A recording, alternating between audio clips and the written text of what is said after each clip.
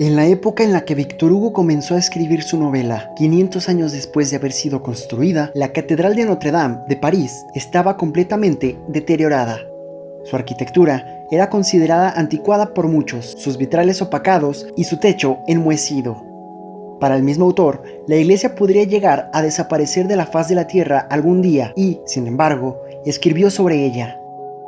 Cuando Víctor Hugo comenzó a trabajar en la novela que después conoceríamos como Nuestra Señora de París, comenzó a investigar la historia del edificio, que había comenzado su construcción en el año de 1163, para reemplazar una antigua basílica que le había quedado pequeña a la creciente ciudad.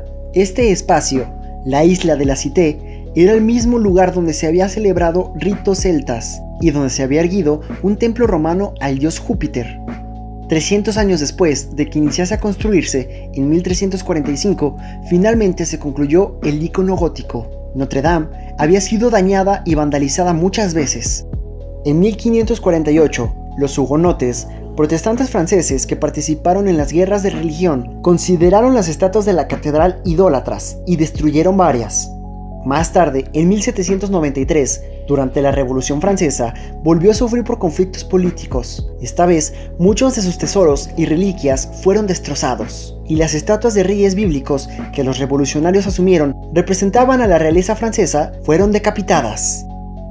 Al investigar sobre esta maravilla de la ingeniería, Víctor Hugo se enamoró de la iglesia, y su novela se convirtió en una explicación de cómo la arquitectura determina la vida y la cultura de la sociedad. Para Víctor Hugo, la longevidad de esta iglesia y el hecho de que se mantuviese de pie por encima de la vida de tantos determinó la cultura francesa, porque a pesar de que cambiasen los reinados o los ciudadanos muriesen, la iglesia se mantenía en su lugar.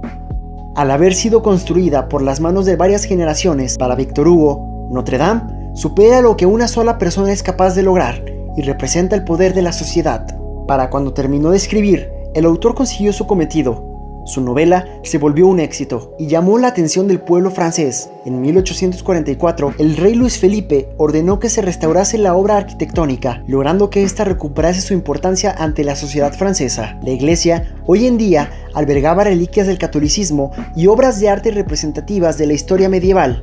Aunque era un bastión de la religión, tenía sus puertas abiertas para personas de todo el mundo y de todas las creencias. Con el tiempo, la iglesia se volvió el hogar de muchas santas y vírgenes, con imágenes de la Virgen María, María Magdalena, Juana de Arco e incluso la Virgen de Guadalupe, residiendo en el centro de París.